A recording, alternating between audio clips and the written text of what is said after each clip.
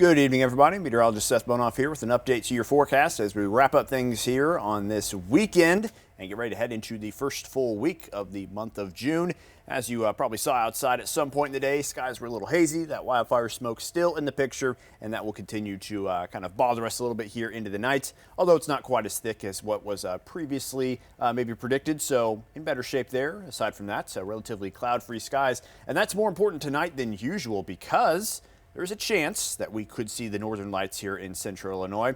Typically, in order to see it on a pretty vibrant scale, we need a what's called G4 geomagnetic storm. Essentially, you can kind of tell based on this scale here. 1 through 5, higher number is the stronger storm, lower number is the weaker storm.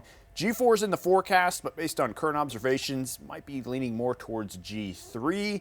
In other words, we might be able to see them, but it might not be the most vibrant thing in the world, especially with the wildfire smoke still in the air tonight. So we'll maybe be watching out for some of that. I think some of us could definitely see them, especially on the horizon with the long exposure setting on the camera. Not sure how easy it's going to be to see with the naked eye, but I do think your cameras will be able to pick up on it if it is present.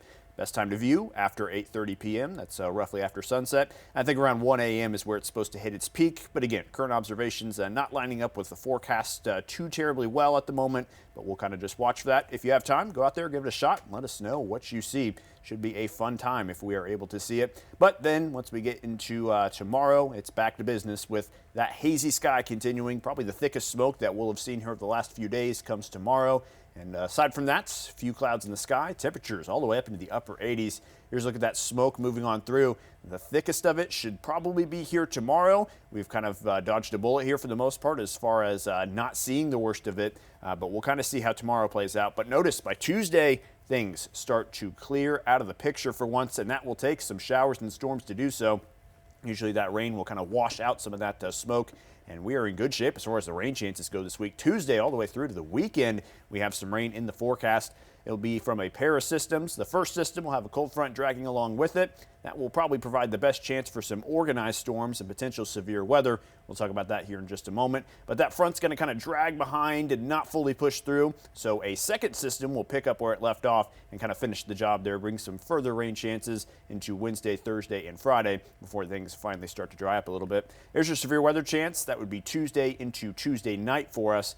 Marginal risk up and down I-55, slight risk off to the west. Not an event that we're too concerned about, but something that we will keep an eye on. The big thing with this round is the amount of rain that we could see. How about 1 to 3 inches here in the forecast? Definitely looking forward to that because the ground is dried up in some places and we could use some more of that. That would be just what the doctor ordered.